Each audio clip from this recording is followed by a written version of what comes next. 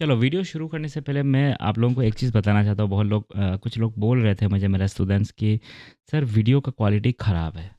लेकिन मैं एक बात बता दूँ कि आप लोगों को कि सब ज़्यादातर वीडियो जो मैं अपलोड कर रहा हूँ फ़िलहाल वो 4K फ़ॉर्मेट में है। और अगर आपका जो वीडियो अगर ख़राब है तो प्लीज़ यूट्यूब का सेटिंग बटन में जाइए, जो वीडियो क्वालिटी के जो वीडियो का जो राइट के नीचे जो आता है वहाँ सेटिंग में जाके एडवांस में जाके प्लीज़ वीडियो क्वालिटी को 1080 तो कर दो कम से कम, है ना? 1080 कर दो या फिर 1080, जितना भी आपका फ़ोन सपोर्ट कर रहा है ना, 1080 में देख लो। उतना मैं शायद मेरा शायद बेस्ट रहेगा 1080, नहीं तो वही 1440 या फिर या तो 4K ही कर दो, है ना? अगर आप तो आपके पास बहुत सारा अगर नेट है तो फिर देख लो। लेकिन अगर वीडियो क्वालिटी अगर ख़राब आ रहा है ना, तो इसलिए वो हो रहा है क्योंकि शायद आप उसको 360 या फिर 360 या फिर 720 में देख रहे हो, तो शायद उसमें इतना व्यूइंग एक्सपीरियंस अच्छा नहीं होगा। अगर मोबाइल वगैरह में देख रहे हो तो फिर आई थिंक 720 से 180 1080 के बीच में ठीक रहेगा। वरना टैब वगैरह या फिर टीवी में देख रहे हो तो फिर 4K कर लो, कोई बात नहीं, मैंने उसी फॉर्मेट में अपलोड किया है। ठीक है? और दूसरी बात, ये मेरा पहला वीडियो है जहाँ पे मैं वन शॉट वीडियोस डाल रहा हूँ। ठीक है? तो प्लीज़ देख लेना अच्छे से, मतलब शॉर्ट है ना, एक घंटे का होगा पूरा चैप्टर। पूरा डिटेल एक्सप्लेनेशन किया हुआ है, जितना हो सके मैं कोशिश कर रहा हूँ। ठीक है? चलो तो फिर थैंक यू। ठीक है? तो चलो चैप्टर नंबर 1 का हम शुरू करते हैं। चैप्टर नंबर 1 में मतलब स्पेशली इस चैप्टर में हमें ये दिखाया जाए किस तरह का रिएक्शंस होता है, उस रिएक्शंस में क्या-क्या चीज़ें होता है और फिर क्या प्रोडक्ट बन सकता है वगैरह-वगैरह, वही देखने वाले हैं इस चैप्टर नंबर 1 में। चलो देखते हैं, जो मेरा पहला पॉइंट है, यहाँ लिखा हुआ है कि whenever a chemical change occur, we can say that a chemical reaction has taken place. और इसके बाद ये कहने के बाद हम कुछ एक्टिविटीज़ करेंगे, जैसे एक्टिविटी नंबर 1.1 है बुक में और एक्टिविटी नंबर 1.2 है बुक में। हम वो सारे एक्टिविटीज़ देखेंगे जिसमें मतलब ये बताया जाएगा कि जब भी केमिकल रिएक्शंस होता है, हम कहेंगे कि मतलब कुछ चेंजेस आएगा, उसमें कुछ चेंजेस होंगे और उसमें क्या-क्या चेंजेस होगा वो हम देखते हैं। ठीक है? तो पहला एक्सपेरिमेंट हमारा जो एक्टिविटी नंबर 1.1 है उसमें क्या लिखा गया है कि magnesium ribbon burns with a dazzling white flame and changes into white powder. This white powder is magnesium oxide. It is formed through the reaction between magnesium and oxygen present in the air. This reaction changes the temperature. यानी कि यहाँ पे एक तो temperature change की बात की है और यहाँ पे कुछ डेजलिंग वाइट फ्लेम का भी बात किया गया है और वाइट पाउडर का भी बात किया गया है। यानी कि जब भी इस चीज़ को जलाया जाएगा, तो अभी तक हम कुछ चीज़ों पता चल चुका है कि कुछ टेम्परेचर चेंज वगैरह होता है ना? फिर उसके बाद कुछ व्हाइट कलर वगैरह निकला है, तो यानी कि कुछ कलर वगैरह चेंज हुआ होगा यहाँ पे, है ना? तो इस एक्टिविटी नंबर 1 से हमें ये पता चलता है कि मतलब कुछ रिएक्शंस जिसमें हमारा जब होगा तो वो कुछ कलर चेंज करेगा, कुछ टेम्परेचर चेंज करेगा वगैरह-वगैरह, है ना? और हमेशा याद रखना कि जब भी हम कहते हैं कि बर्निंग इन द एयर ये सब होता है ना, तो ज़्यादातर केसेस में हम क्या कर रहे होते हैं कि बेसिकली उस चीज़ को ऑक्सीजन के साथ रिएक्ट कर रहा होता है, करवा रहा होता है। ठीक है? तो ज़्यादातर रिएक्शन जैसे कैंडल वगैरह जलना, है ना? आग जलना या फिर गैस वगैरह जलना, तो उसमें क्या होता है ना कि ऑक्सीजन के साथ वो जल रहा होता है। इसलिए मतलब ऑक्सीजन की ज़रूरत पड़ता है। तो वो ऑक्सीजन खुद नहीं जलता, लेकिन वो ऑक्सीजन की मदद से वो जल रहा होता है। ठीक है? यहाँ पे ये सवाल बहुत आता है कि उस मैग्नीशियम रिबन को क्लीन क्यों किया गया है? देखो, जब तुम एक रिबन लोगे ना, तो उसमें क्या होता है, जो मैग्नीशियम रिबन जो हमारा होता है, मैग्नीशियम रिबन जो है वो क्या होता है कि बिना तुम जलाए भी इसमें क्या होता है, थोड़ा धीरे-धीरे करके इसमें क्या होता है, ज़ंग लग जाता है। ज़ंग यहाँ पे क्या है, मैग्नीशियम ऑक्साइड। तो धीरे-धीरे उसमें जंग लगना शुरू हो जाता है। तो फिर हम जब उसको जलाएँगे ना, तो हमारा रिएक्शन जिस तरह से हम एक्सपेक्ट कर रहे थे वैसा नहीं भी हो सकता है। तो इस केस में हम लोग क्या करते हैं ना, इस मैग्नीशियम ऑक्साइड को हम लोग क्या करते हैं, साफ़ कर देते हैं। किससे साफ़ करते हैं? सैंड पेपर से। यहाँ पे सैंड पेपर की मदद से हम उसको घिसेंगे और फिर हम उसको रिमूव करेंगे। ठीक है? तो ये है हमारा एक्टिविटी नंबर 1 और इससे ये पता चला कि कुछ कलर टेम्परेचर चेंज होना या फिर कुछ कलर्स का निकलना, है ना? ये सब पता चलता है। नेक्स्ट एक्टिविटी जो देखते हैं हमारा, वो है लेड नाइट्रेट का, किसके साथ? लेड नाइट्रेट किसके साथ? पोटेशियम आयोडाइड के साथ मिक्स होना। ठीक है? तो लेड नाइट्रेट यहाँ पे हमने लिया और पोटेशियम आयोडाइड, और याद रखना इसमें दोनों में ना एक सॉल्यूशन होता है, एक्वस फॉर्म में होता है। सॉल्यूशन बेसिकली क्या होता है कि किसी सॉल्वेंट के साथ मिला देना, और ज़्यादातर रिएक्शंस में क्या होता है, सॉल्वेंट पानी होता है। ठीक है? हाँ। तो अभी देखना यहाँ पे क्या बोला गया है कि लेड नाइट्रेट और जब पोटेशियम आयोडाइड जब मिक्स करोगे, तो हमारा बनेगा लेड आयोडाइड और पोटेशियम नाइट्रेट। ठीक है?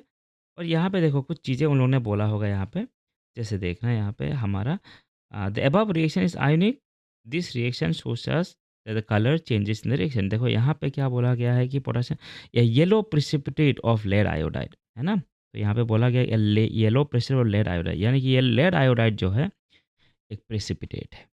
अब प्रेसिपिटेट क्या हो मैं बताता हूँ। जैसे अगर मान लो कि आपने यहाँ पे पानी में, है ना, पानी में आपने नमक डाल दिया, है ना? तो क्या जो पूरा मिल मिल जाएगा, मिक्स हो जाएगा, तो ना वो सॉल्यूशन कहलाएगा। लेकिन कभी-कभी क्या होता है कि मिक्स नहीं होता, और यानी कि वहाँ पे उल्टा कुछ-कुछ निकल जाता है बाहर, क्योंकि वो डिसॉल्व नहीं हो पाता है। तो जब भी किसी रिएक्शन में कुछ पार्टिकल्स, ऐसा पार्टिकल्स निकले जो डिसॉल्व नहीं हो पा रहे उसके अंदर, तो हम उसको क्या कहेंगे? प्रेसिपिटेट। हम आगे चल के प्रेसिपिटेट की डेफिनिशन वगैरह देखेंगे, लेकिन याद रखना कि यहाँ पे जो प्रेसिपिटेट निकला है उसका कलर क्या है? येलो इन कलर है। ठीक है? तो इससे देखो एक चीज़ फिर से हमें पता चला कि this reaction shows us that the colour changes in a reaction. ठीक है? तो कलर इसमें चेंज होता है। तो यहाँ पे जो मेन हाइलाइट है इस पॉइंट का यहाँ पे कि हमारा येलो प्रेसिपिटेट निकलता है, और वो येलो प्रेसिपिटेट किसका है? लेड आयोडाइड का। किस-किस का रिएक्शन हुआ है? लेड नाइट्रेट और पोटेशियम आयोडाइड का। आगे चल के ये पता चलेगा कि ये रिएक्शन जो है वो तुम्हारा डबल डिस्प्लेसमेंट का केस है। ठीक है? चलो आगे चलते हैं।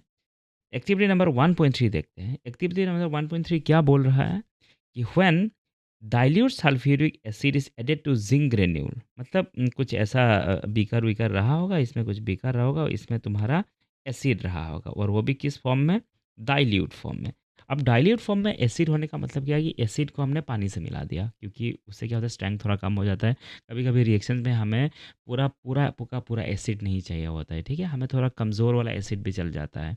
तो हम क्या करते हैं? कमज़ोर करने के लिए उसको डाइल्यूट कर देते हैं। और एक तो जो पूरा कंसंट्रेटेड जो लेबोरेटरी में जो अवेलेबल होता है ना, वो बहुत महंगा एसिड होता है, तो हमें उसका पूरा रिक्वायरमेंट नहीं होता है, तो क्या होता है? हम उसको पानी मिलाते हैं, तो डाइल्यूट कर देते हैं। तो कोई पूछेगा कि डाइल्यूट एसिड क्या है?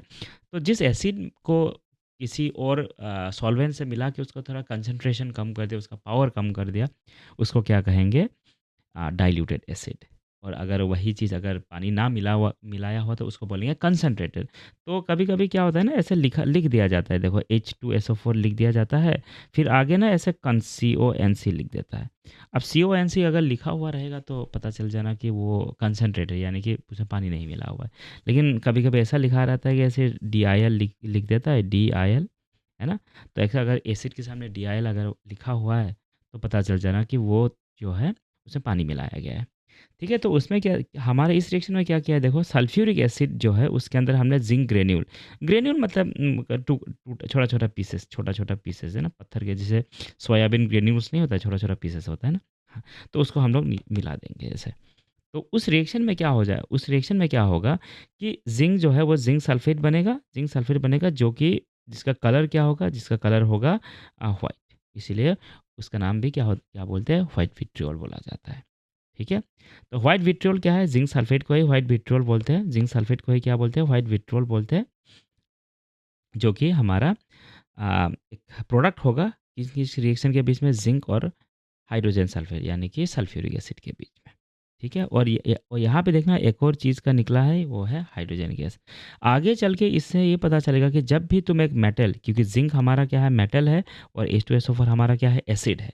तो आगे जाके पता चलेगा कि ज़िंक यानी कि कोई मेटल, और फिर H2SO4 यानी कि कोई एसिड, जब दोनों रिएक्ट करता है तो तुमको एक सॉल्ट मिलेगा, और साथ ही साथ एक हाइड्रोजन गैस का एवोल्यूशन होगा, यानी हाइड्रोजन गैस निकलेगा।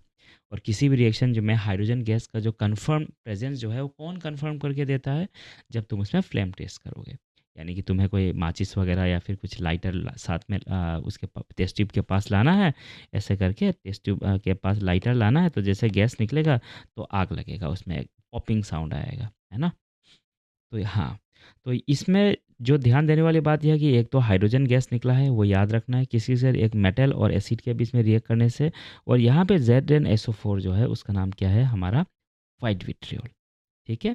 और ये एक एक्ज़ोथर्मिक रिएक्शन है। अब एक्ज़ोथर्मिक और एंडोथर्मिक बोल के 2 टर्म तुमको बाद में मिलता रहेगा। वो एक एक्ज़ोथर्मिक जहाँ पे गैस सॉरी हीट रिलीज़ करता है, कोई रिएक्शन होता है जिसको करने के बाद अपने आप गर्म होने लगता है। तो वो सब रिएक्शंस क्या है तुम्हारा? एक्ज़ोथर्मिक है। और जब कुछ रिएक्शंस होगा जिसमें ठंडा हो जाएगा, यानी टेम्परेचर घट जाएगा अपने आप, तो वो क्या कहलाएगा, एंडोथर्मिक।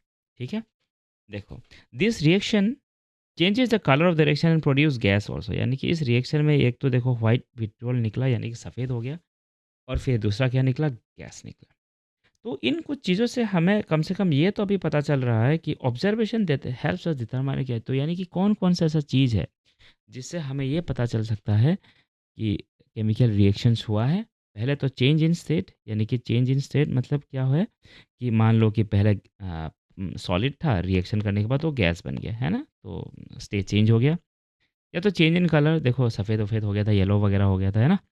तो वो ये change in colour, evolution of gas, metal और एसिड के बीच में एवोल्यूशन ऑफ गैस हुआ था। और फिर टेम्परेचर चेंज, यानी कि कोई एक्सोथर्मिक हुआ होगा या फिर एंडोथर्मिक हुआ होगा, है ना? तो या फिर टेम्परेचर बढ़ा होगा, कमा होगा, है ना?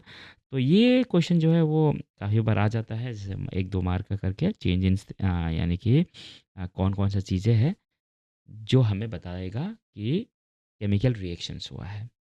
तो हमारा जो ऐसे इंग्लिश में पूछा था कि what things later helps us determine that a chemical reaction is awkward. ठीक है, चलो आगे बढ़ते हैं। चलो अच्छा, अगर तुमने इस रिएक्शन में अगर ध्यान दिया होगा, देखो जेड के बाद मैंने कुछ कुछ ऐसे वर्ड इस्तेमाल किया है, एस ए क्यू गैस, जी, है ना?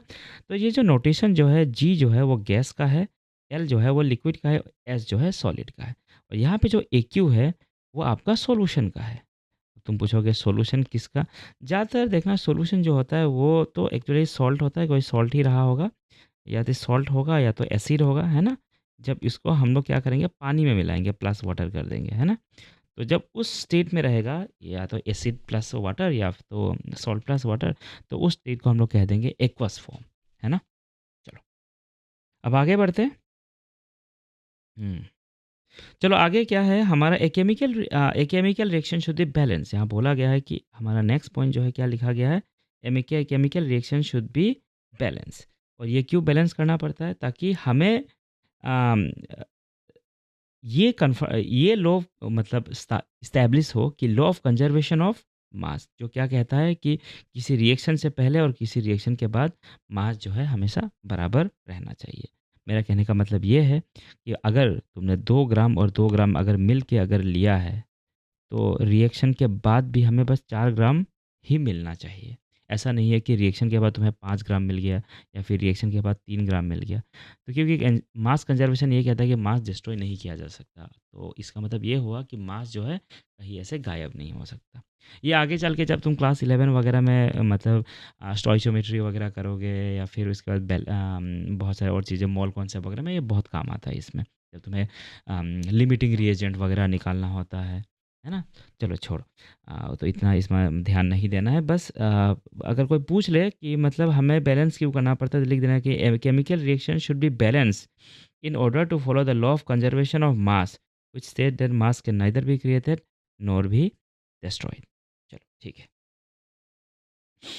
A chemical reaction could never tell us about the concentration of the quantities and the speed of the reaction. It doesn't tell us the reaction is feasible or not। ठीक है, तो ये point ध्यान रखना कि अगर कोई केमिकल रिएक्शन दिया गया है ना, और हमसे पूछा गया कि फॉर एग्जांपल मान लो कॉपर है और FeSO4 है ना, मैंने लिख तो दिया FeSO4, मैंने लिख तो दिया, लेकिन देखोगे तो कॉपर और FeSO4 के बीच में कोई रिएक्शन हो ही नहीं सकता, क्योंकि कॉपर आयरन को डिस्प्लेस नहीं कर सकता, है ना? तो केमिकल रिएक्शन कुछ चीज़ें हैं जो बताता नहीं है, उसमें से क्या-क्या चीज़ें हैं? एक तो ये नहीं बताता कि मतलब कितना क्वांटिटी में लिया गया है, कि 2 ग्राम में लिया गया, 4 ग्राम में लिया गया, नहीं बताता, बस हो, है ना? और दूसरा बात कि किस स्पीड में हो गया है। देखो कुछ रिएक्शंस होता है जो मतलब हो सकता है कि बहुत घंटा लग जाए, हो सकता है कि बहुत जगह ज़ंग लगना, है ना? ज़ंग लगना जो है किसी पत्थर में, लोहे पे अगर ज़ंग लगा हो, तो ऐसा नहीं है कि वो 2 दिन के अंदर ज़ंग लग गया, है ना? वो टाइम लगता है। और कभी-कभी जैसे मैग्नीशियम को जलाओगे तो फट से एकदम सेकंड्स में जल जाता है। तो हमें ये नहीं बताता कि स्पीड का क्या चक्कर है, कि जल्दी हुआ है कि स्लो हुआ है। और एक और चीज़ कि मतलब वो रिएक्शन कभी होगा कि भी नहीं, ये भी नहीं हमें पता। है ना? तो केमिकल रिएक्शन ये सब चीज़ें नहीं बताता है। तो कभी 1 मार्क का पूछ लेना कि मतलब केमिकल रिएक्शन इक्वेशन क्या नहीं बताता है ना? चलो अभी अब नेक्स्ट देखते हैं। नेक्स्ट क्या है?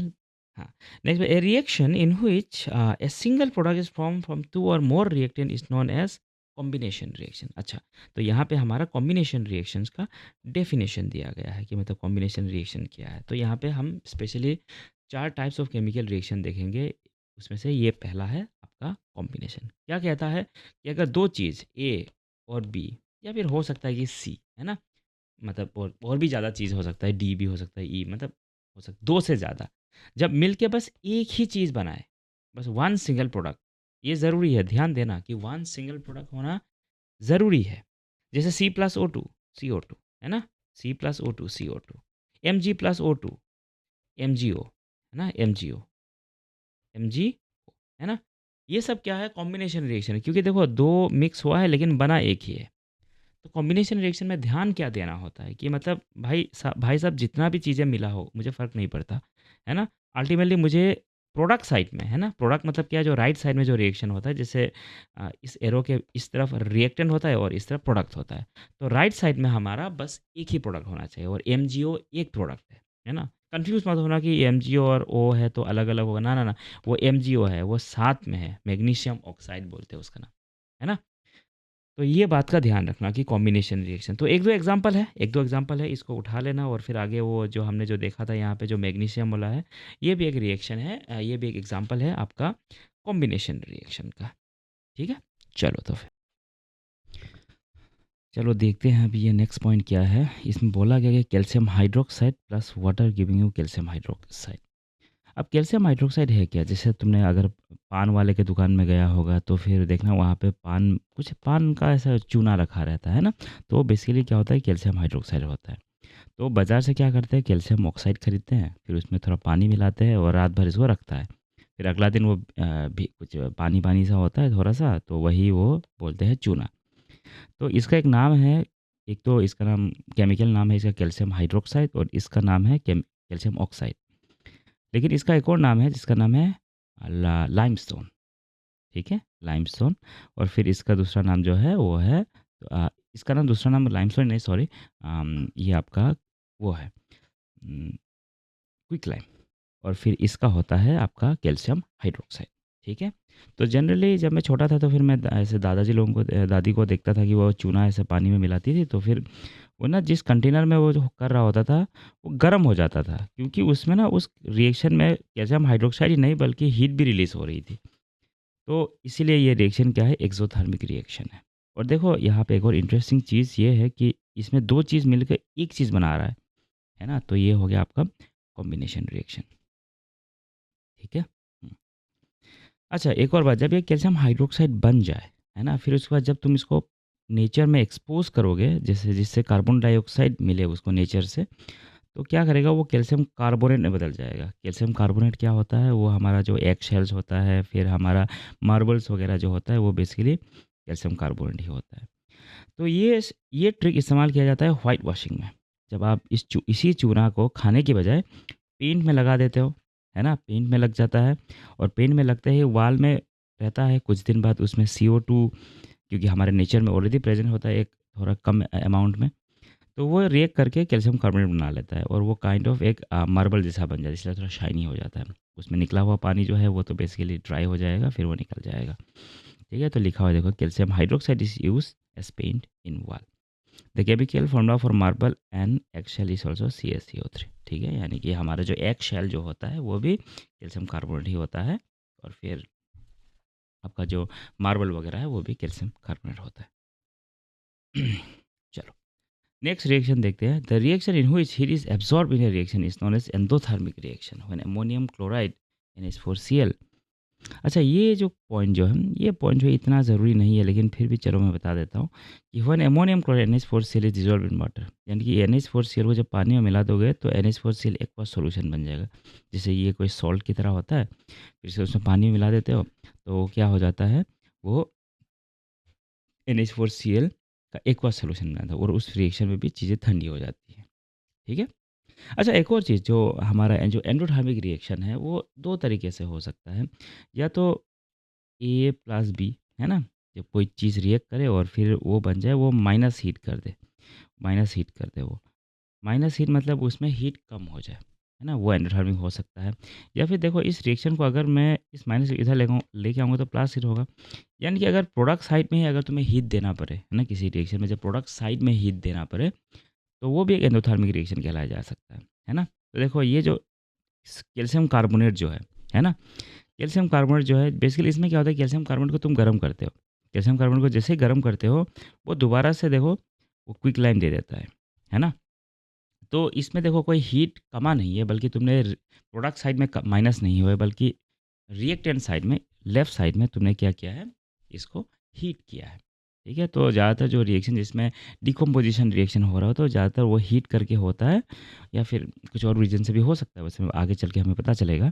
लेकिन ज़्यादातर जिस रिएक्शन में मतलब डिकम्पोजिशन रिएक्शन हो रहा होता है उसमें वो माइनस हीट लग जाता है लेफ्ट साइड में, सॉरी प्लस हीट लग जाता है लेफ्ट साइड में, जिसकी वजह से हमें पता चला कि हाँ उस रिएक्शन में हीट तुम्हें सप्लाई करना पड़ रहा है बाहर से, और जिस रिएक्शन में हीट सप्लाई करना पड़ रहा है उस रिएक्शन को भी हम लोग क्या बोलेंगे, एंडोथर्मिक रिएक्शन बोलेंगे।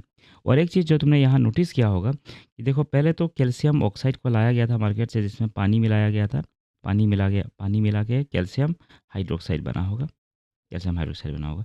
अब इसी कैल्शियम हाइड्रोक्साइड को कार्बन डाइऑक्साइड से जब रिएक्ट किया तो कैल्शियम कार्बोनेट बना, और जब इसी कैल्शियम कार्बोनेट को जब हीट किया तो कैल्शियम ऑक्साइड बना। तो ये काइंड ऑफ एक साइकिल है, देखिएगा, कैल्शियम ऑक्साइड, कैल्शियम ऑक्साइड से calcium hydroxide, calcium hydroxide calcium carbonate, calcium carbonate से दोबारा से कैल्शियम ऑक्साइड। ठीक है, तो ध्यान रहेगा ये बात तो कि मतलब अगर जब एंडोथर्मिक रिएक्शन हो रहा हो तो उसमें दो तरीके से हो सकता है। एक तो सपोज मान लो ए प्लस बी है, कुछ सी प्लस डी दे के रखा है, तो अगर हीट राइट साइड में निकले, हीट निकल जाए, निकल रहा हो, सॉरी हीट निकल नहीं ना, हीट माइनस एब्जॉर्ब हो रहा हो, माइनस हीट हो रहा हो, ये एंडोथर्मिक रिएक्शन का केस हो सकता है।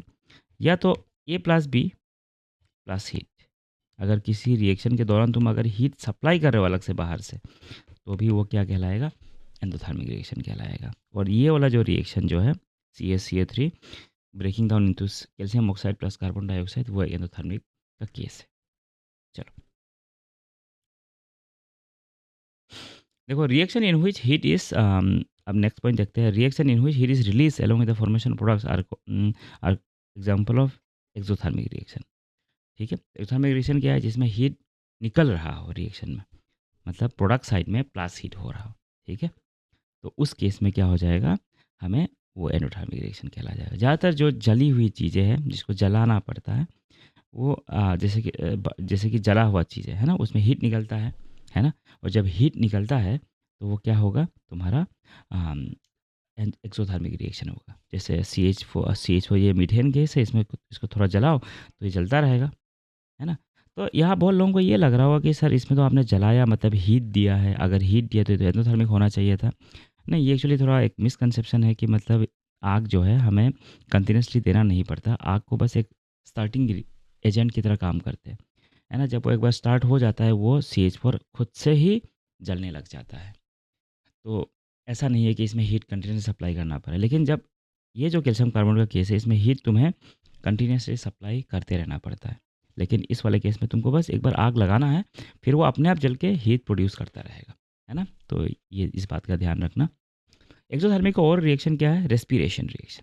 रेस्पिरेशन रिएक्शन हमें पता ही है कि हम खाने से जब एनर्जी निकालते हैं, है ना, तो उसको हम लोग क्या करते हैं, रेस्पिरेशन कहते हैं। तो बेसिकली हम लोग जो खाना खाते हैं उसमें जो कार्ब्स जो होता है, कार्बोहाइड्रेट्स, वो एनर्जी हमें प्रोवाइड करता है, और कार्बोहाइड्रेट ज़्यादा ग्लूकोज के फॉर्म में होता है। तो वो ऑक्सीजन जो हम सांस लेता है ना, वो ऑक्सीजन इसलिए ज़रूरत पड़ता है ताकि हमें ग्लूकोज को बाउंड करना हो। तो ग्लूकोज हम सांस लेता है, ऑक्सीजन अंदर जाता है, और फिर वो दोनों रिएक्ट करके हम कार्बन डाइऑक्साइड को फिर छोड़ देते हैं हवा में।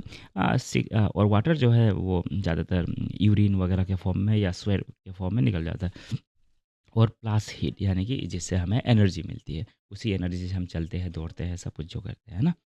तो ये एक एक्सोथर्मिक रिएक्शन है।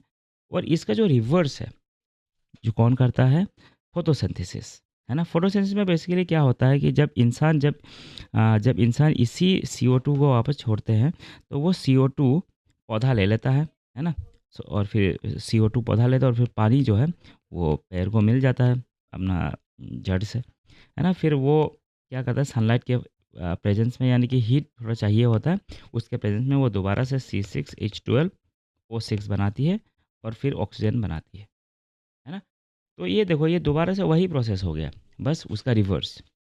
इंसान क्या करता है, इसी चीज़ को करके इधर उल्टा करता है और पौधा इसी चीज़ को करके इस तरफ रिएक्टेंट साइड में भेजता है, ठीक है? तो फोटोसिंथेसिस जो है वो रेस्पिरेशन का ठीक उल्टा प्रोसेस होता है। ये रहा हमारा फोटोसिंथेसिस का प्रोसेस, ये वाला जिसमें CO2 जो कहाँ से उसको इंसान भी तो देता है ना? और वाटर मिला के सनलाइट के प्रेजेंस में वो ग्लूकोज़ बना देता है, जिससे फ्रूट्स वगैरह निकलता है और वगैरह-वगैरह। ऑक्सीजन जो निकलता है हम इंसान इस्तेमाल करते हैं, फ्रूट जो निकलता है वो भी इंसान इस्तेमाल करता है। और यहाँ पे जो CO2 जो रिलीज़ कर रहा है वो इंसान जो CO2 रिलीज़ कर रहा है वो पौधा इस्तेमाल कर लेता है ना? तो ये गिव एंड टेक प्रोसेस हो जाता है। तो रेस्पिरेशन का याद रखना, ये एक्ज़ोथर्मिक रिएक्शन है और मैं तो कहता हूँ कि ये रिएक्शन याद कर लो विद द बैलेंसिंग नंबर, जैसे 666 है ना? और यहाँ पे 1, तो 1666, ठीक है? इसको याद करना क्योंकि एग्ज़ाम में ये पूछे जाने का चांसेस होता है, ठीक है?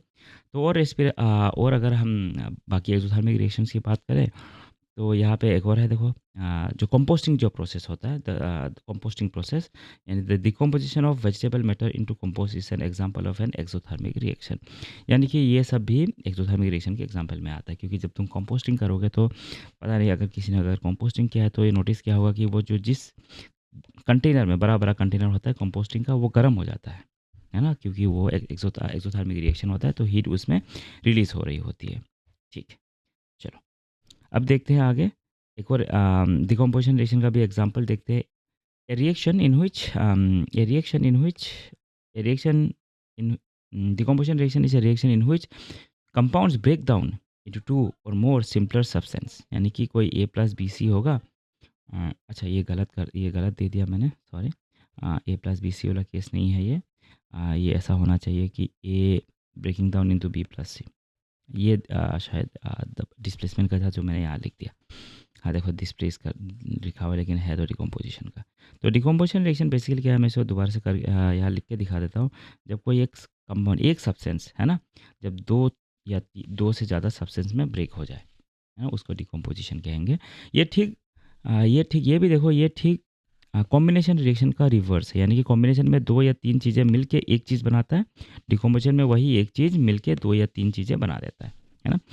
तो ये एग्जांपल हमने ऑलरेडी देख लिया है यहाँ पे। ये वाला CaCO3 का, ये एक एंडोथर्मिक रिएक्शन भी था और एक डिकम्पोजिशन रिएक्शन के एग्जांपल में भी इस्तेमाल किया जा सकता है। और यहाँ पे देखो FeSO4 है ना, FeSO4 यहाँ पे आपका FeSO4 टूट के Fe2O3 है ना, आयरन ऑक्साइड, सल्फर ट्राइऑक्साइड बना रहा है। ये हीट जो है ये प्लस हीट होना चाहिए था लेफ्ट साइड में, या फिर इस एरो के ऊपर हीट होना चाहिए था, है ना? तो थोड़ा प्रिंटिंग वगैरह का मिस्टेक हो जाता है। चलो, हाँ, तो FeSO4 जो है वो एक कलर है। एक्चुअली FeSO4 का जो कलर जो है वो ग्रीन कलर है। जब तुम इसको गर्म करोगे वो आयरन ऑक्साइड क्या होता है, जंग है तो होता है वैसे, तो जंग जो है वो ब्राउन कलर का होता है। तो जब आयरन ऑक्साइड जो है, जो ब्लू कलर का है ना, ग्रीन कलर का है ना, इसको हीट करोगे तो वो Fe2O3 में बदल जाएगा, यानी कि एक कलर चेंज हमें ऑब्जर्व करने को मिलेगा। तो ये बात याद रखना।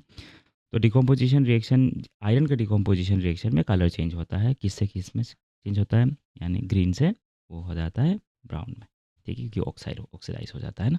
हाँ, और जब FeSO4 को जब तुम नॉर्मली स्टोर करोगे, ये क्या करता है, ये पानी को अट्रैक्ट करता है। और पानी को अट्रैक्ट क्यों करता है, जैसे कि तुम नमक को भी ऐसे छोड़ दोगे ना तो वो पानी अट्रैक्ट कर लेता है। उसी तरह से FeSO4 भी क्या करता है, पानी अट्रैक्ट करता है और अपने पास थोड़ा पानी वो रखता है अपने साथ, जिसको लोग बोलते हैं देखो FeSO4 का 7H2O, यानी कि FeSO4 ज़्यादा से ज़्यादा 7 पानी के मॉलिक्यूल्स अपने साथ रख सकते हैं। सो इसको जब गर्म करते हो पहले, है ना, तो वो पहले पानी खोता है, यानी कि स्टार्टिंग में तुम देखोगे कि FeSO4 जो है वो FeSO4 का कलर लूज़ नहीं कर रहा है, वो बस गर्म हो रहा है और थोड़ा ड्राई हो रहा है ना, धीरे-धीरे। फिर उसके बाद वो क्या करता है, ग्रीन से वो ब्राउन बन जाता है।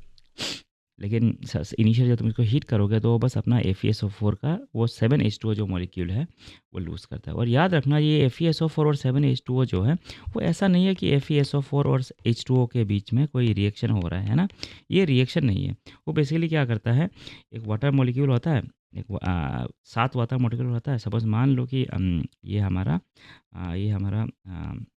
FeSO4 का मॉलिक्यूल है, FeSO4 का मॉलिक्यूल है। तो FeSO4 का मॉलिक्यूल अपने साथ क्या करता है, 7 पानी के मॉलिक्यूल्स, है ना? ऐसे-ऐसे करके अपने साथ 1, 2, 4, 5, 6, 7 ऐसे अपने साथ रखता है। बस वही बात है। चलो आगे देखते हैं, आगे हमें क्या और क्या देखने को मिल रहा है कि डिकम्पोज़िशन ऑफ कैल्शियम कार्बोनेट। तो ये हमने फिर से पढ़ लिया है कि कैल्शियम कार्बोनेट का डिकम्पोज़िशन, जिसमें कैल्शियम ऑक्साइड दोबारा से हमें मिलता है, जो इसका नाम क्या है, कैल्शियम ऑक्साइड का नाम क्या है? इसका नाम है हमारा क्विकलैम। एग्ज़ामिनेशन में बहुत बार पूछ लिया जाता है ना? इसमें भी क्या है, देखो माइनस हीट है, यानी कि बेसिकली इसमें रिएक्शन के लेफ्ट साइड में इसको प्लस हीट किया गया होगा, यानी कि हीट का ज़रूरत पड़ा होगा इस रिएक्शन में, है ना? तो इसको भी हम लोग क्या कहेंगे, एंडोथर्मिक रिएक्शन कहेंगे, या फिर इस एग्ज़ाम्पल के तौर पे इसको डिकम्पोज़िशन रिएक्शन का भी एग्ज़ाम्पल की तरह इस्तेमाल किया जा सकता है। ठीक है। चलो अभी नेक्स्ट पॉइंट हमें देखते हैं और भी डिकम्पोज़िशन का, जिसमें है इलेक्ट्रोलाइसिस ऑफ वाटर। ये भी एक एग्ज़ाम्पल है। देखो इलेक्ट्रोलाइसिस वाटर में क्या होता है, when water is electrolysed it breaks down to hydrogen and oxygen, the ratio of volume and hydrogen is in the ratio of 1:2। ये 1:2 का चक्कर क्या है, मैं पहले बोलता हूँ। जब भी वाटर जो है अगर जब ब्रेक डाउन करता है, तो ये 2 हाइड्रोजन का मॉलिक्यूल देता है और फिर 1 हाइड्रोजन का मॉलिक्यूल देता है। तो यानी कि हाइड्रोजन जो है, अगर जब 2 हाइड्रोजन निकलेगा, तो तब 1 ऑक्सीजन निकलेगा मॉलिक्यूल। अगर तुम इसको यूट्यूब वगैरह में भी तुम इसका एक दो वीडियोस देखना, जहाँ पे हाइड्रोलाइसिस इलेक्ट्रोलाइसिस वाटर करता है, स्पेशली एक बैटरी डाल देता है एक सॉल्यूशन में, फिर उसी से वो निकलता है। तो जिस तरफ हाइड्रोजन निकल रहा है, उस तरफ वो क्या होता है कि वो ज़्यादा आपको वो देखने को मिलेगा, क्या नाम है, हाइड्रोजन, ज़्यादा हाइड्रोजन का बबल्स देखने को मिलेगा और ऑक्सीजन के बबल्स कम देखने को मिलेंगे। ठीक है? और ये किस तरफ निकलेगा वो भी मैं बता देता हूँ। अगर हाइड्रोजन है, देखना H2O जो है वो जब ब्रेकडाउन होता है ना, तो वो H प्लस और OH माइनस में होता है।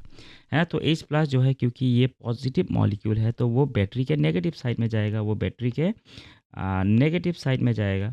और फिर जो OH माइनस है, क्योंकि वो खुद एक नेगेटिव मॉलिक्यूल है, तो बैटरी के पॉजिटिव टर्मिनल में जाएगा। ठीक है? तो तुम देखना OH माइनस जो है बैटरी के पॉजिटिव, सॉरी, इसके बाद जो O जो है ना? O जो है, क्योंकि नेगेटिव है, इससे फिर से वो नेगेटिव बनता है। ठीक है? इन डिटेल्स नहीं जा रहा हूँ मैं कि H2O जो है वो कैसे H और H से निकलता है। ठीक है? बस याद रखना कि H प्लस जो है वो हमारा नेगेटिव टर्मिनल से निकलेगा, यानी कि सारे H प्लस के जो बबल्स जो है वो ज़्यादा हमें नेगेटिव टर्मिनल में देखने को मिलेगा। और ऑक्सीजन की तरफ जो पॉजिटिव टर्मिनल है, उसकी तरफ हमें कम ऑक्सीजन के मॉलिक्यूल्स देखने को मिलेंगे। यानी कि वो रेशियो किस रेशियो में होगा, जब हाइड्रोजन के 2 बबल्स निकलेंगे, तो ऑक्सीजन के 1 बबल्स निकलेंगे। और हाइड्रोजन कहाँ से निकलेगा, हाइड्रोजन जो है हमारा कहाँ से निकलेगा, हाइड्रोजन जो है हमारा नेगेटिव टर्मिनल से निकलेगा, और फिर ऑक्सीजन जो है वो हमारा पॉजिटिव टर्मिनल से निकलेगा। इसका नाम कैथोड एनोड भी आता है, मतलब मैं ये बाद में बताऊंगा कि कैथोड क्या है, एनोड क्या है। ठीक है? चलो अभी बता देता हूँ एक्चुअली कैथोड और एनोड क्या क्या है, ताकि बाद में कन्फ्यूज वो ना हो। हम्म, चलो मिटा देता हूँ मैं।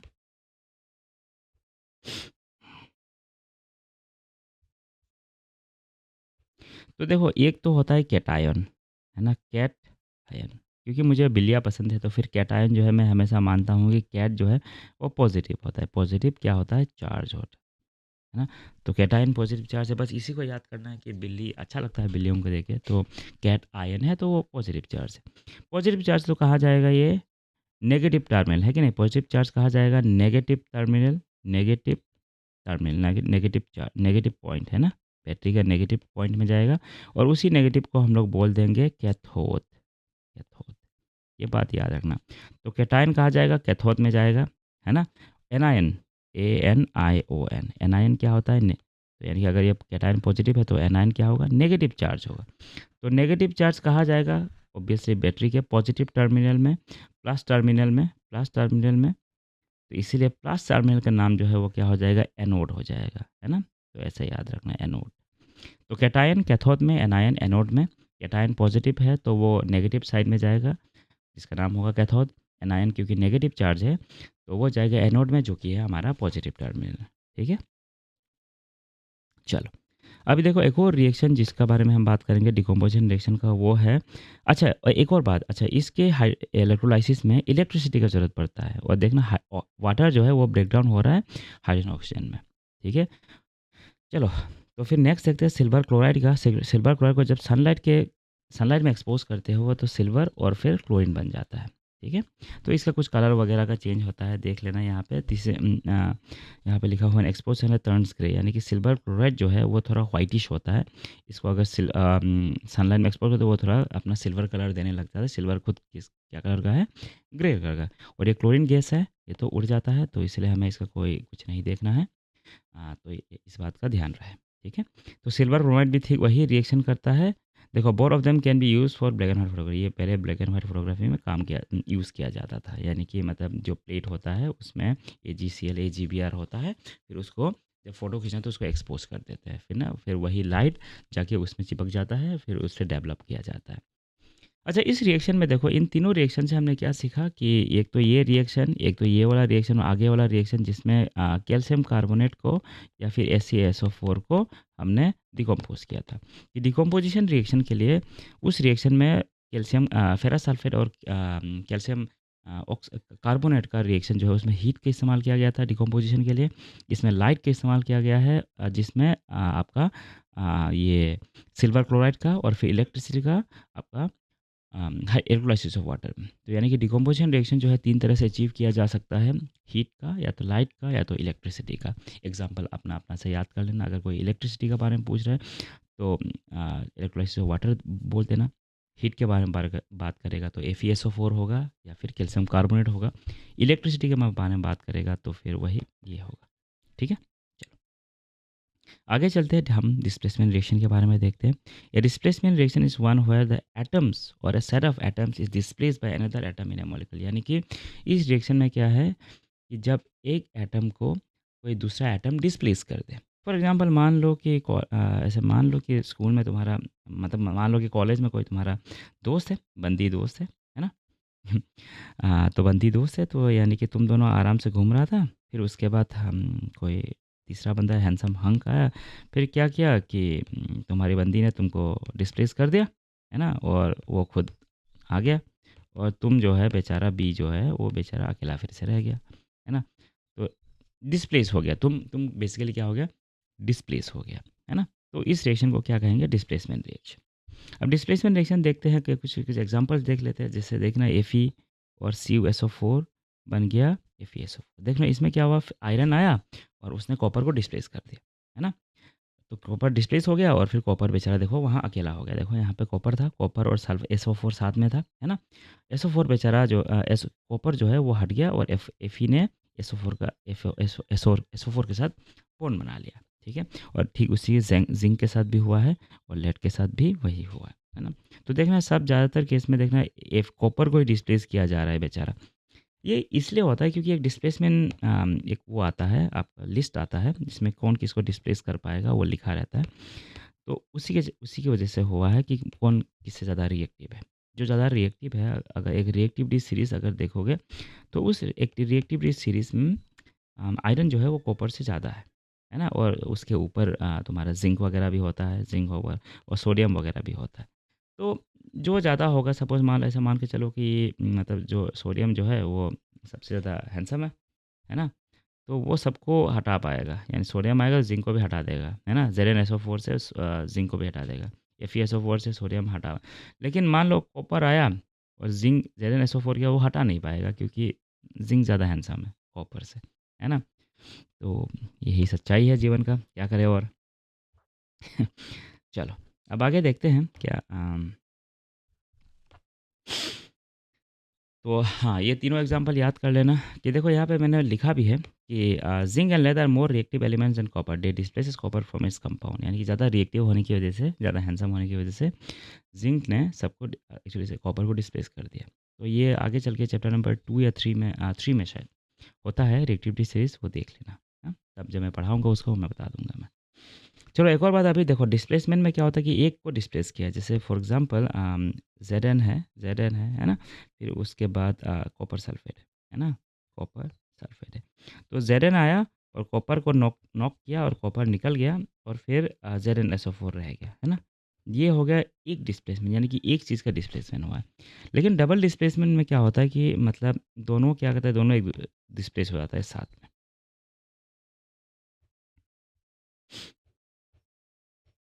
चलो, अभी डबल डिस्प्लेसमेंट देखते हैं। डबल डिस्प्लेसमेंट एक्चुअली बेसिकली थोड़ा लंबा-चौड़ा होता है, मुश्किल भी होता है डबल डिस्प्लेसमेंट।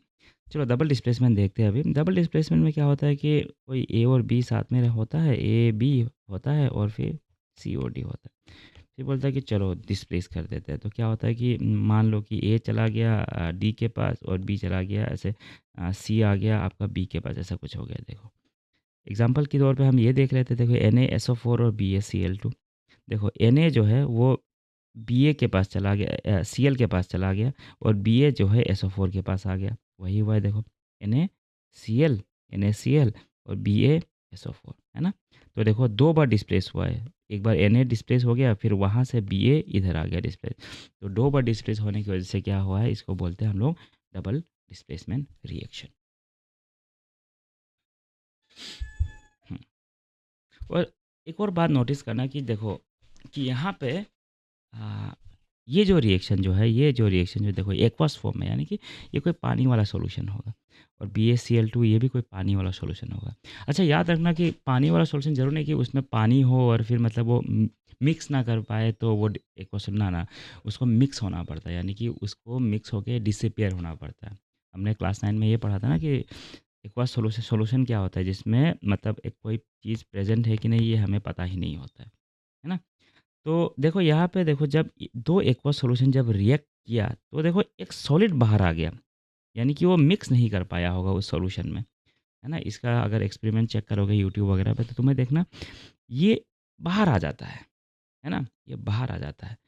बाहर आ जाता है मतलब उसी टेस्ट ट्यूब में रहता है, लेकिन वो ना सॉलिड के फॉर्म में नीचे तुम्हें दिख जाएगा कि ऐसे सॉलिड के फॉर्म में बन गया है नीचे, है ना? तो क्योंकि वो मिक्स नहीं कर पाया तो वो उसी रिएक्शन से बाहर आ गया वो, है ना? तो उसको बोलते हैं precipitation reaction. Any reaction that produce a precipitate, precipitate मतलब क्या है, एक इनसॉल्युबल पार्टिकल उसी रिएक्शन में can be called as precipitation reaction. The insoluble part in the reaction is called as precipitate. हाँ, तो NaSO4 और इसका रिएक्शन में हाँ, एक प्रेसिपिटेट निकलता है। और ज़्यादातर जो याद है वो जो हमने जो लेड आयोडाइड वाला जो एक्सपेरिमेंट किया था, उसमें भी तो येलो कलर का कुछ निकला था, है कि नहीं? तो वो भी एक्चुअली एक प्रेसिपिटेट ही है क्योंकि वो मिक्स नहीं हो पाया है। और देखना इसमें जो इसका जो ये स्टेट है, देखो इसमें एक्वास है, लेकिन ये क्या है, सॉलिड है। तो प्रेसिपिटेट जो है वो सॉलिड फॉर्म में रहेगा। हुँ। देखो this which is insoluble in water is barium salt, और ये व्हाइट कलर का वो होता है, ये भी। ये इनसॉल्युबल वाटर ये व्हाइट कलर का होता है। Any reaction that produce precipitate can be called, हाँ, ये हो गया। The reaction between barium and undergoes a double displacement, it produce barium chloride ammonia and water this. अच्छा, the reaction between barium hydroxide, अच्छा ये भी देख लो। The reaction between barium hydroxide and ammonia, इसका रिएक्शन जो है शायद नेक्स्ट पेज में है। अच्छा, नहीं है। अच्छा, यहाँ पे होना चाहिए। देखो the reaction between barium hydroxide and ammonium chloride, यानी कि बेरियम हाइड्रोक्साइड BaOH2 NH4Cl, है ना? अमोनिया का है। अच्छा, किसी को अगर कन्फ्यूजन हो रहा है कि मतलब NH4 जो है ये Cl के साथ ही क्यों होता है, NH4 जो है Cl2 क्यों नहीं होता है ना? तो इन सब का एक रीज़न होता है। और ये फिर Ba जो है वो OH2 क्यों होता है, BaOH क्यों नहीं होता, क्योंकि हमने NaOH तो देखा ही होगा हमने, है ना? इन सब का एक रीज़न होता है कि इसका जो चार्ज जो है ना? कितने चार्ज उसमें प्रेज़ेंट होता है, क्योंकि एक्चुअली कितने बॉन्ड बनाए होते हैं, अगर आप क्लास 11 वगैरह में पता चलेगा। तो उस वजह से होता है। ये अगर क्लास 9 में थोड़ा बहुत इसके बारे में बोला गया है कि अगर जब देखो अगर मेरे पास फ्री टाइम है तो मैं उसके ऊपर भी एक वीडियो बना दूँगा कि कैसे इसको पता करना है। लेकिन फ़िलहाल हम ये मान के चलते हैं कि हमें ये सब पता है, ठीक है? तो देखो जब बेरियम हाइड्रोक्साइड और NH4Cl अमोनियम क्लोराइड अगर रिएक्ट करोगे तो बेरियम क्लोराइड, अमोनिया और H2O निकलेगा। देखो ये गैस है, ये लिक्विड है, और ये BaCl2 जो है वो देखो ना सॉलिड है। और ये रिएक्शन जो है ये क्या होता है ना, दोनों चीज़ को साथ में रख दिया जाता है ना? देखो साथ में यूट्यूब वगैरह में देख लेना कि ये जो रिएक्शन जो है वो कैसा होता है, मिल जाएगा। तो साथ में ऐसे ही रख देता है और ये धीरे-धीरे दोनों सॉलिड ऐसा रख देता है साथ में और धीरे मिक्स कर देता है और वो धीरे-धीरे वो क्या हो जाता है रिएक्ट कर जाता है। The reaction between barium hydroxide and ammonium chloride undergoes a double displacement reaction. It produces barium chloride ammonium water. This reaction also absorbs in the process. Basically इसमें मतलब मैंने जो वीडियो देखा था उसमें क्या होता है ना, एक बीकर के नीचे ऐसे पानी रखता है थोड़ा बहुत और उसके ऊपर बीकर रखता है। वो इतना ज़्यादा ठंडा करता है कि बीकर के जो नीचे जो है ना वो पानी जो है वो बर्फ़ बन जाता है ना? हुँ। और एक और चीज़ देखना, this reaction also absorbs heat in the process और ये एंडोथर्मिक रिएक्शन होता है। ये एक एक्टिविटी है उसमें बुक में वो देख लेना। तो रिएक्शन में किसकी रिएक्शन के बीच में? बेरियम हाइड्रोक्साइड और अमोनियम क्लोराइड के बारे में, है ना? तो ज़्यादातर रिएक्शन जो है इसमें ये इतना इम्पोर्टेंट तो नहीं है ये पॉइंट, लेकिन फिर भी क्योंकि था बुक में तो मैंने ऐड कर दिया। चलो अभी नेक्स्ट देखते हैं हमारा रेडॉक्स रिएक्शन और ये कोरोशन के बारे में। ये बहुत आसान है। रेडॉक्स रिएक्शन क्या होता है कि देखो रेड रेड ऑक्स इसमें ही लिखा हुआ है रेड और ऑक्स, है ना? रेड ऑक्स ये वाला देखो स्टार्टिंग में रेड ऑक्स। अब रेड ऑक्स का मतलब क्या है कि रेड ऑक्स जो है 2 शब्द से बना हुआ है। एक तो रिडक्शन, एक तो रिडक्शन और एक तो ऑक्सीडेशन। रिडक्शन ऑक्सीडेशन रिएक्शन बोलते हैं। और रिडक्शन ऑक्सीडेशन क्यों कहते हैं? क्योंकि जब भी एक रिएक्शन में रिडक्शन हुआ होता है वहाँ पे ऑक्सीडेशन तो भी हुआ रहता है। तो यानी कि रिडक्शन ऑक्सीडेशन हमेशा वो दोस्त की तरह है जो हमेशा साथ में ही चलते हैं। तो ये यानी कि ये दोनों भाई-भाई है ना? जैसे होता है ना कॉलेज में कोई दोस्त होता है जिसको तुम हमेशा जो हमेशा ही रहता है तुम्हारे साथ ना, वैसा टाइप का। तो रिडक्शन ऑक्सीडेशन जो है वो हमेशा साथ-साथ ही रहता है। तो रिडक्शन का डेफिनेशन जो है और ऑक्सीडेशन का डेफिनेशन जो है वो क्या है साथ में देख लेते हैं।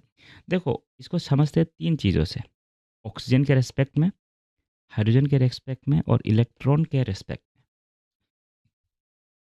चलो ऑक्सीजन के रिस्पेक्ट में समझते हैं कि अगर ये oxygen is gain the reaction then it is oxidation, यानी कि ऑक्सीजन ऑक्सीजन अगर गेन हुआ है, जैसे देखना यहाँ पे कॉपर जो है ऑक्सीजन से लेकर के ऑक्सीजन को ऑक्सीजन मिला एक्स्ट्रा, है ना? तो उसको ऑक्सीडेशन बोल देंगे, हम बोल देंगे कॉपर का ऑक्सीडाइज हो गया है ना? तो देखो if oxygen is gain in the reaction then it is oxidation and if oxygen is lost in the reaction then it is reduction, है ना? तो रिडक्शन का देखो यहाँ पे देखो ये वाला देखो MnO2 है ना? यहाँ पे देखो MnO2 है। अब देखो यहाँ पे MnCl2 हो गया। यानी कि अभी बेचारे के पास O2 था, अब वो चला गया, कहीं चला गया, अब उसके पास Cl2 है। लेकिन ऑब्वियस सी बात है MnO2 तो मतलब MnO2 ने तो Mn खोया है, ऑक्सीजन खोया है ना? तो हम कह देंगे कि भाई MnO2 का रिडक्शन हुआ है ना? चलो अभी इसको दोबारा समझते हैं हाइड्रोजन के टर्म्स में, हाइड्रोजन के रिस्पेक्ट में। अगर हाइड्रोजन लॉस्ट हुआ है तब जाके ऑक्सीडेशन कहेंगे, ठीक है? देखो यहाँ पे जब ऑक्सीजन को लॉस किया if hydrogen is lost in the reaction अच्छा हाँ, if hydrogen is lost in the reaction then it is oxidation. हाँ ये सही है, यानी ऑक्सीजन का गेन को ऑक्सीडेशन कहेंगे, लेकिन हाइड्रोजन का लॉस को हम ऑक्सीडेशन कहेंगे। ऑक्सीजन का गेन और हाइड्रोजन का लूज को। और रिडक्शन में क्या कहेंगे? ऑक्सीजन का लूज लेकिन हाइड्रोजन का गेन, है ना? और यही रेस्पेक्ट हमारा इलेक्ट्रॉन का भी होता है कि अगर इलेक्ट्रॉन लॉस्ट है ऑक्सीडेशन, इलेक्ट्रॉन लॉस्ट है तो ऑक्सीडेशन है, इलेक्ट्रॉन गेन है तो रिडक्शन है ना?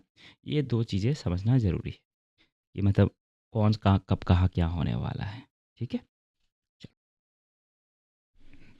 चलो अभी हम ऑक्सीडेशन के रिलेटेड कुछ एग्ज़ाम्पल्स और फिर कुछ एक्सप्लेनेशन देखते हैं। पहला एक्टिविटी है जब तुम स्ट्रांगली रिएक्ट करते हो, यानी कि when copper is heated strongly oxygen is added and become copper oxide, यानी कि कॉपर को जोर से जलाओगे तो कॉपर ऑक्साइड बनेगा और कॉपर ऑक्साइड का कलर क्या है?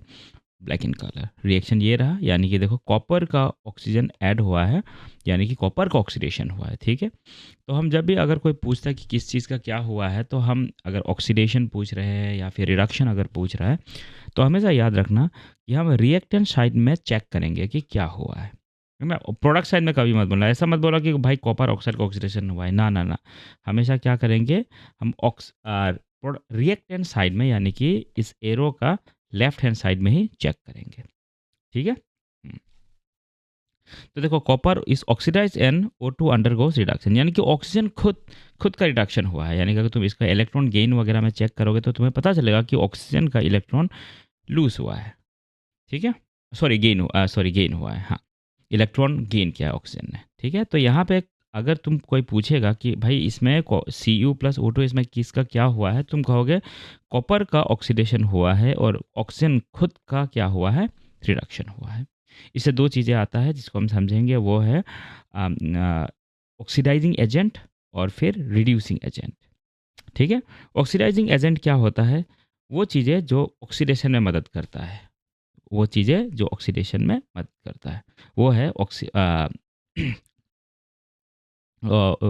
Oxidising agent.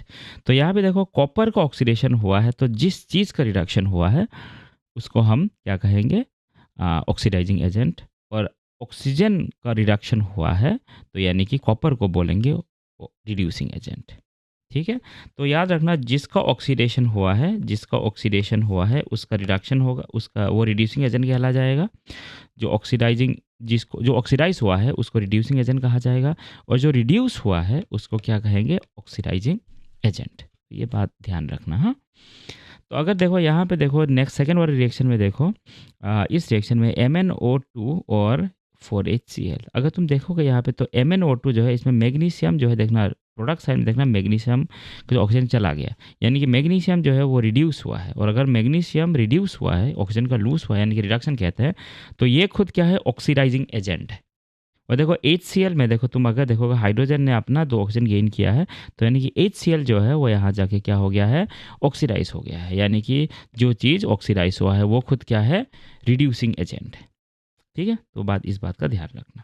ठीक है? उससे रिलेटेड 2 चीज़ें और देखते हैं, आपका कोरोशन और फिर रेंसिडिटी। ठीक है? कोरोशन क्या होता है जी, जब ऑक्सीडाइज हो जाता है ना, व्हेन मेटल्स आर ऑक्सीडाइज, ठीक है, इन the presence of water and air. ये वाटर और एयर दोनों का होना ज़रूरी है। बचपन में शायद क्लास 8 में वगैरह में हमने कुछ एक्सपेरिमेंट्स किया था कि कुछ नेल्स था, उसको हमने किसी एक पानी में डुबाया था पूरा, और पानी और आधा हवा में डुबाया था, है ना, वैसा एक्सपेरिमेंट है।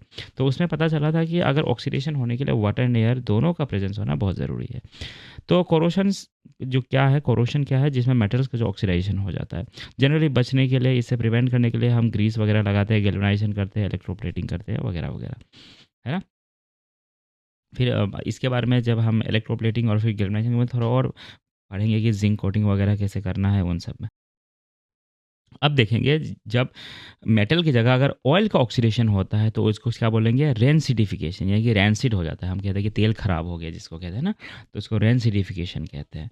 तो उससे बचने के लिए हम क्या करते हैं, और कि मतलब ऑयल्स को हम ऑक्सीजन के प्रेजेंस में से हटा देते हैं। जैसे कि एक डब्बा है, उसके अंदर हम लोग क्या करते हैं, नाइट्रोजन वगैरह भर देते हैं, तो डब्बा सील कर देता है, तो अंदर क्या होता है, नाइट्रोजन रहता है, तो नाइट्रोजन ऑक्सीडाइज नहीं कर पाता है। तो इसलिए देखना, चिप्स वगैरह का जो पैकेट जो है वो उसमें ऑक्सीजन की जगह हटा के हम क्या करते हैं, नाइट्रोजन वगैरह भरे, इसलिए पैकेट फूला फूला सा रहता है। और ऊपर से वो कुशन का भी काम करता है ना, ताकि चिप्स जो अंदर का जो चिप्स जो है वो ना फटे, वरना क्या हो जाएगा, चिप्स खराब हो जाएगा, है ना, टूट जाएगा और ऊपर से ऑक्सीडाइज भी कर जाएगा। तो इन दोनों चीज़ों का फ़ायदा है। तो ऑक्सीडेशन ऑफ जो कोरोशन और जो मेटल्स है, उसमें 2 चीज़ हम देखते हैं यहाँ पे। जब ऑक्सीडेशन ऑफ सिल्वर, तो ऑक्सीडेशन ऑफ सिल्वर जो है हम उसको जैसे तुम देखोगे, अगर किसी ने सिल्वर के गहने वगैरह पहना है ना, तो उसमें बीच में रेगुलरली साफ़ कराते रहना पड़ता है, क्योंकि धीरे धीरे करके हमारे शरीर से थोड़ा बहुत सॉल्ट वगैरह जो निकलता है उससे रिएक्ट करके वो Ag2S बन जाता है, जो सिल्वर सल्फेट बोलते हैं उसको, है ना। नहीं तो एक और है जो कॉपर धीरे धीरे तुम देखो वो भी ब्लैक हो जाता है, जिसका नाम है कॉपर, उसका नाम है ब्लैक नहीं, सॉरी, मतलब थोड़ा ग्रीनिश टाइप हो जाता है। मैं आपको एक फ़ोटो से दिखा दूंगा कैसे होता है कॉपर का। ये याद रखना, ये कॉपर ऑक्साइड नहीं है, कॉपर ऑक्साइड ब्लैक होता है। तो देखना, the green colour on copper called patina is a result of slow oxidation of copper in the presence of air. ठीक है? तो यहाँ पे देखो, इसमें तो हमें कॉपर ऑक्साइड में क्या हमें जलाना पड़ता था या फिर कुछ करना पड़ता था, लेकिन यहाँ पे हमें स्लोली ऑक्सीडाइज हो जाता है इन the presence of water. Statue of liberty एक क्लासिक एग्जांपल है, जिसमें स्टैच्यू ऑफ लिबर्टी का जो आइकनिक कलर है, जो greenish colour, bluish greenish colour है, वो कॉपर के slow oxidation in the presence of water and air की वजह से होता है। ठीक है, जो मैंने यहाँ पे शायद एक पॉइंट भी दिया था कि CO is black and is also an oxide but it is the fast oxidation of copper. हाँ, तो स्टैच्यू ऑफ लिबर्टी से एग्जाम्पल। ठीक है, तो यहाँ पे शायद 2 पॉइंट मैंने जो नहीं दिया है, एक तो है रिड्यूसिंग एजेंट, है ना, एक तो क्या है, रिड्यूसिंग एजेंट। तो रिड्यूसिंग एजेंट क्या है, रिड्यूसिंग एजेंट क्या है, रिड्यूसिंग एजेंट क्या है। रिड्यूसिंग एजेंट वो चीज़ है जो खुद ऑक्सीडाइज हो जाता है, याद रखना, जो खुद ऑक्सीडाइज होता है। यानी कि जैसे ट्रैवल एजेंट मान लो, है कि नहीं। ट्रैवलिंग एजेंट क्या करता है, वो तुमको घुमाने के लिए खुद ट्रैवल थोड़ी ना करता है वो, है ना? तो ऑक्सीडाइजिंग एजेंट वो खुद ऑक्सीडाइज़ नहीं करता, वो दूसरों को ऑक्सीडाइज़ करवाता है ना? वो खुद क्या करता है, रिड्यूस हो जाता है। क्योंकि हमने ये पाया था कि किसी भी रिएक्शन में हमेशा ऑक्सीडेशन और रिडक्शन साथ में चलता है। तो अगर तुम ऑक्सीडाइज़ हो रहे हो तो फिर ज़ाहिर-सी बात है कोई और रिड्यूस हो रहा होगा, और तुम्हारे ऑक्सीडेशन में मेरा किसी और का हाथ होगा कि तुम ऑक्सीडाइज़ हो रहे हो तो कोई और रिड्यूस हुआ होगा। है ना? यही, और फिर वही चीज़ अगर कोई ऑक्सीडाइज़ है तो कोई कोई ऑक्सीडाइजिंग एजेंट है तो वो क्या कराता है, ऑक्सीडाइज़ कराता है, और वो खुद क्या हो जाता है, रिड्यूस हो जाता है इन दैट प्रोसेस। ठीक है? तो ये इतना सारा पॉइंट था इस चैप्टर का, और आई थिंक ये एक इन सभी पॉइंट्स का अगर थोड़ा ध्यान देके पढ़ लोगे ना तो इस एग्ज़ाम का ज़्यादातर चीज़ें हो जाना चाहिए। और इस चैप्टर से 2-3 मार्क एमसीक्यूज़ वगैरह में आ जाता है, और फिर 1-2 कुछ पॉइंट्स आ सकते हैं। है ना? तो ज़्यादा मार्क नहीं है इसमें से, 3-4, उससे ज़्यादा नहीं आ सकता इस चैप्टर से। ठीक है? हाँ, तो ये पॉइंट है। ये मेरा पहला वीडियो है किसी एक टॉपिक के ऊपर जिसमें मैंने वन शॉट वीडियोस बनाए। वन शॉट बेसिकली मतलब एक ही लेक्चर में सब कुछ कवर कर देता है। तो शायद ये 1 घंटे के करीब का वीडियोस होगा। इसको देख लेना, और फिर ये जो नोट्स है तुम अगर चाहो तो स्क्रीनशॉट मार लेना इन सब चीज़ों को, तो स्क्रीनशॉट मार के खुद से पढ़ लेना। ठीक है? चलो तो फिर बाय-बाय।